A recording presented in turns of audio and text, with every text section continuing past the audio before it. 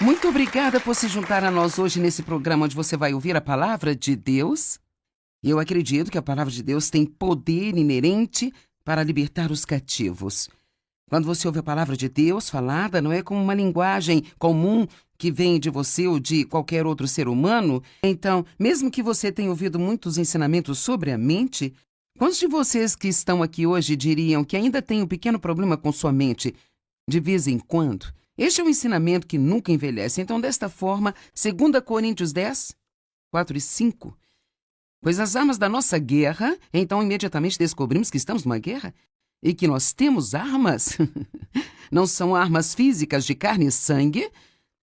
Nossas armas não são pistolas, facas e bombas e coisas desse tipo, mas nós temos armas contra Satanás, que é o nosso inimigo, mas elas são armas espirituais. E essas armas são poderosas em Deus para a derrubada e a destruição de fortalezas. Agora, uma fortaleza é uma área em que o inimigo escava e esconde-se, tornando difícil para nós chegar até ali. Bem, Satanás faz isso em nossas mentes. Ele teve muito tempo para trabalhar nisso. Ele diz às pessoas mentiras e elas vão e se enterram nessas mentiras e acabam acreditando em coisas que na realidade não são verdadeiras. Mas o que realmente acontece é que aquilo em que você acredita torna-se a sua realidade. Então, por exemplo, se você acredita que é tarde demais para ter uma vida abençoada, então isso desabilita você até mesmo a tentar ter uma vida abençoada. Mas ainda assim a palavra de Deus diz que nunca é tarde demais para um novo começo. Nós temos que determinar em que nós vamos acreditar. Vamos acreditar no que o mundo diz, no que as pessoas dizem, no que nós pensamos, no que sentimos? Ou vamos tomar a decisão que cada pessoa tem que tomar se ela quiser viver em vitória? Não importa o que eu sinta, ou o que eu pense, ou o que as outras pessoas digam, eu vou acreditar na palavra de Deus. Mesmo que isso pareça totalmente ridículo, eu vou ao encontro de Deus como uma criancinha. E sabe, você pega um filho pequeno, você pode dizer a ele qualquer coisa e ele acredita em você. Portanto, nós precisamos ir a Deus como criancinhas e acreditar em sua palavra e em suas promessas também, mesmo que possa não ter muito sentido para nós. Agora, estamos numa guerra, temos essas armas. Elas não são armas físicas, então que são bem. A palavra de Deus é realmente uma arma. É chamada a espada do Espírito. E assim, quando nós falamos a palavra, o inimigo tem que recuar. Se você está familiarizado com as Escrituras, e realmente não importa se você está ou não, mas há Escrituras em Lucas capítulo 4, onde fala que Jesus foi levado para o deserto para ser tentado pelo diabo por 40 dias e 40 noites. E em 4 ocasiões separadas, nos primeiros versos em que Satanás disse a Jesus, é exatamente isso que diz, Satanás disse a Jesus, e ele disse uma mentira. E então Jesus disse ao diabo, e ele citou de volta a palavra. Então, o inimigo mente para nós, e nós temos uma grande arma, uma ferramenta disponível para nós. E esta ferramenta é a palavra de Deus que sai da nossa boca. Agora, não está escrito que o diabo falou com Jesus, e então Jesus pensou. Diz que o diabo disse algo para ele e ele disse algo de volta. Agora, talvez alguns de vocês achem engraçado falar consigo mesmo em voz alta. Bem, para ser sincera, você faz isso o tempo todo.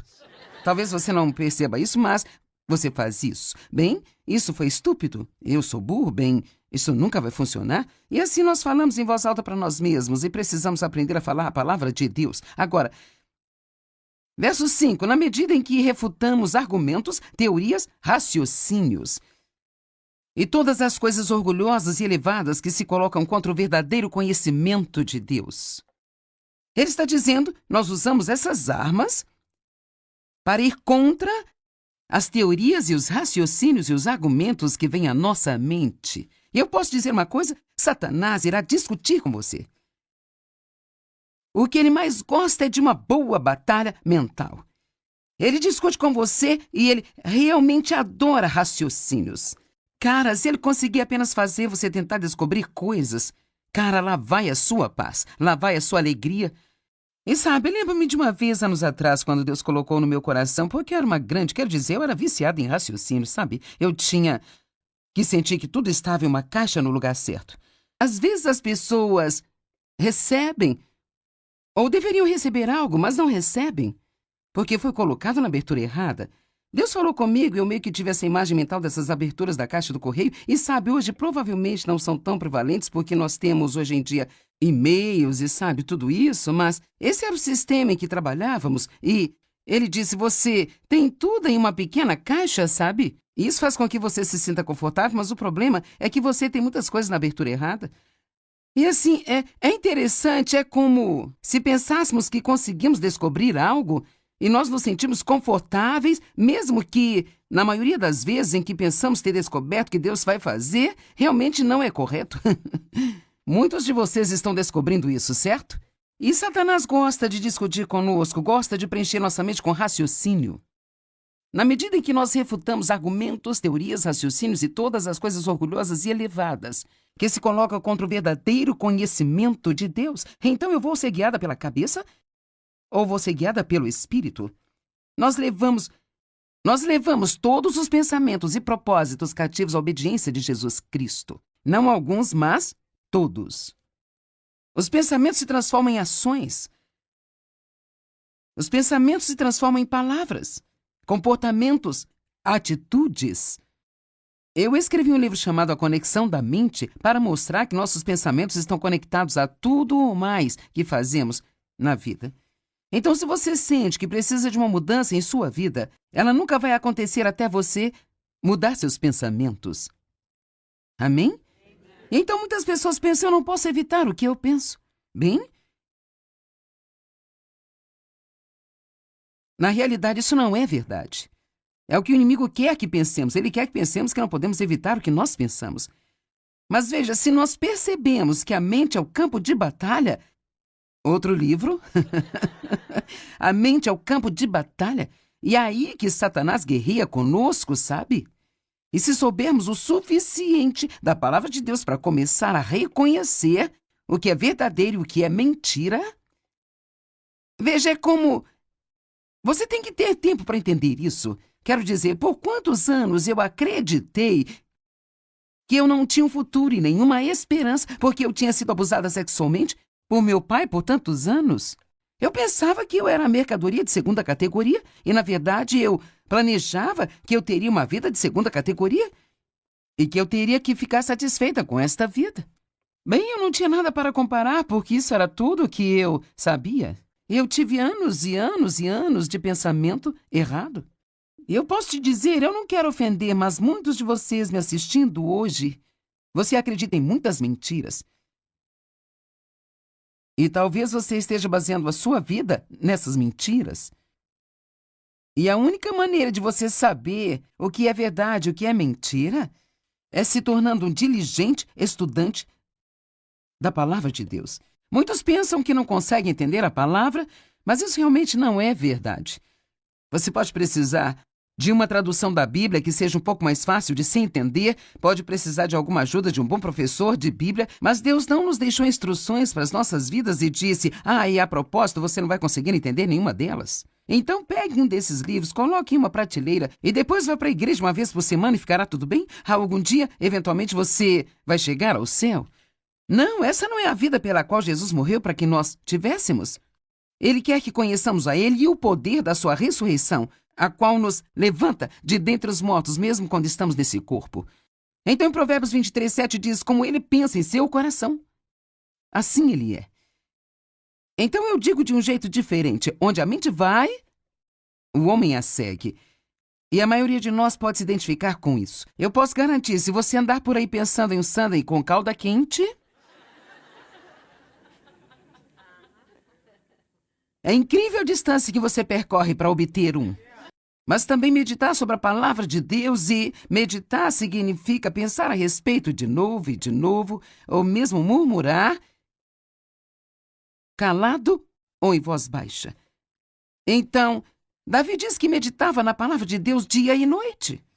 Em outras palavras, não é o suficiente só ir à igreja e ouvir alguém pregar a palavra de Deus. Você tem que ficar tão cheio da palavra que pensar sobre a palavra, meditar sobre a palavra e falar a palavra vai tornando-se uma parte de você que é muito difícil de separar.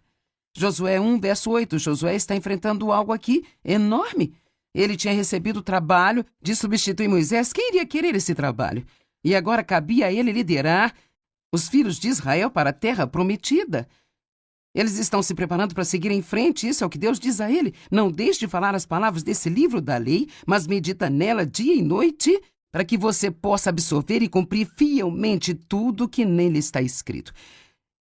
Então, como nós vamos fazer isso? Simplesmente meditando na palavra dia e noite, até que ela se torne uma revelação para nós. Você sabe o que fazemos muitas vezes? Tentamos sobreviver de informações. E, cara, existe tanta, nós vivemos na era da informação. Quero dizer, há tanta coisa vindo para nós, que raramente nós permanecemos em uma coisa o suficiente até obter uma vitória, pelo menos nesta área. E assim, eu acho que podemos pegar informações, o que é ótimo, e se meditarmos nisso e estudarmos e orarmos por isso, quanto mais nós nos mergulhamos nisso, mais entra em nosso espírito e se torna parte de nós. Desta forma, então, você não apenas vai reagir aos estímulos externos, mas você realmente age na palavra de Deus, porque ela tornou-se maior em sua vida do que as coisas que vêm contra você. Medite na palavra de noite para que você cumpra fielmente tudo o que nela está escrito. Só então, quando, depois que você meditar nelas, só então os seus caminhos serão prósperos e você vai agir com sabedoria e você vai ser bem-sucedido. Amém? Agora, Romanos 12, 2, uma absolutamente incrível e maravilhosa escritura.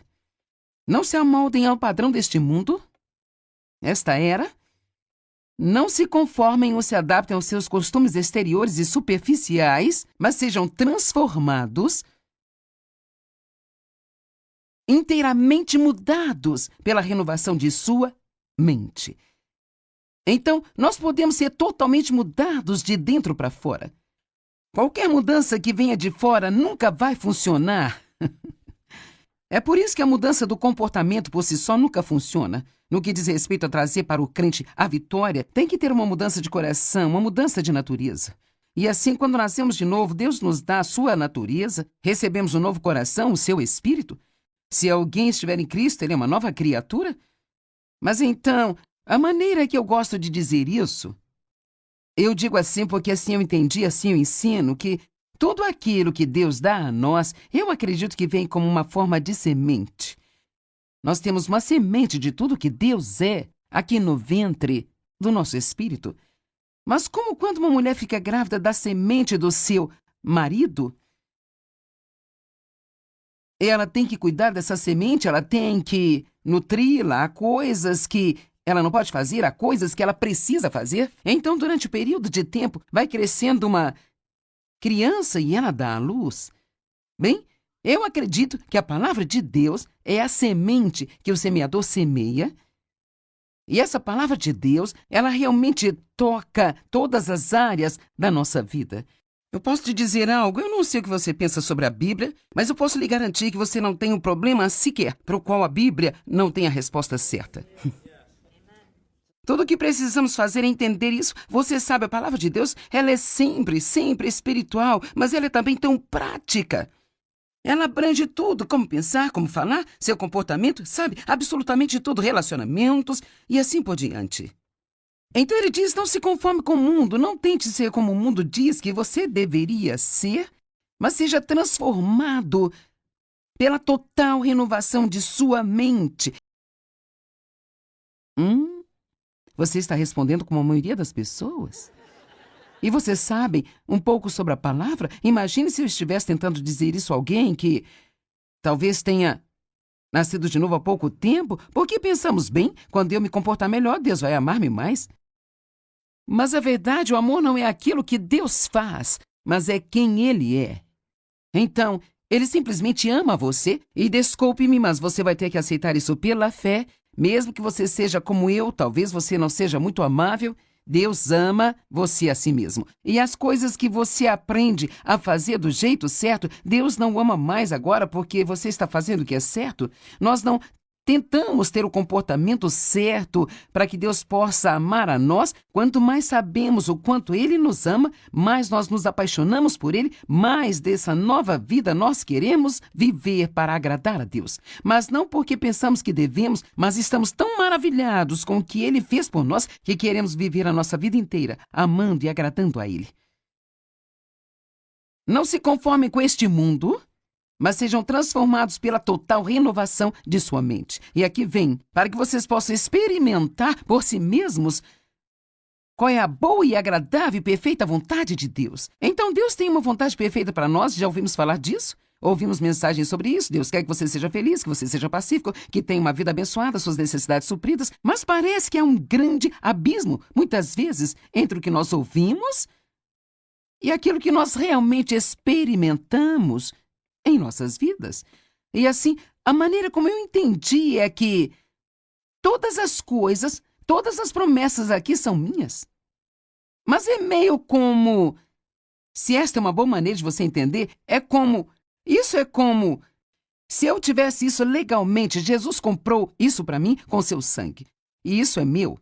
Mas eu não posso ter isso ainda por causa da minha pouca experiência? Mas mesmo que ainda não tenha experimentado tudo isso ainda, isso é meu. E a única maneira de eu experimentar tudo isso é continuando a acreditar que isso é meu. Independentemente de como eu agir, eu sou uma nova criatura, a semente de Deus está em mim e eu quero fazer aquilo que é certo. Talvez eu não esteja onde eu preciso estar, mas estou progredindo todos os dias e todos os dias eu me sinto melhor e melhor em todos os sentidos. Mas Deus me ama exatamente onde estou agora, do mesmo jeito que se eu pudesse manifestar um comportamento 100% perfeito.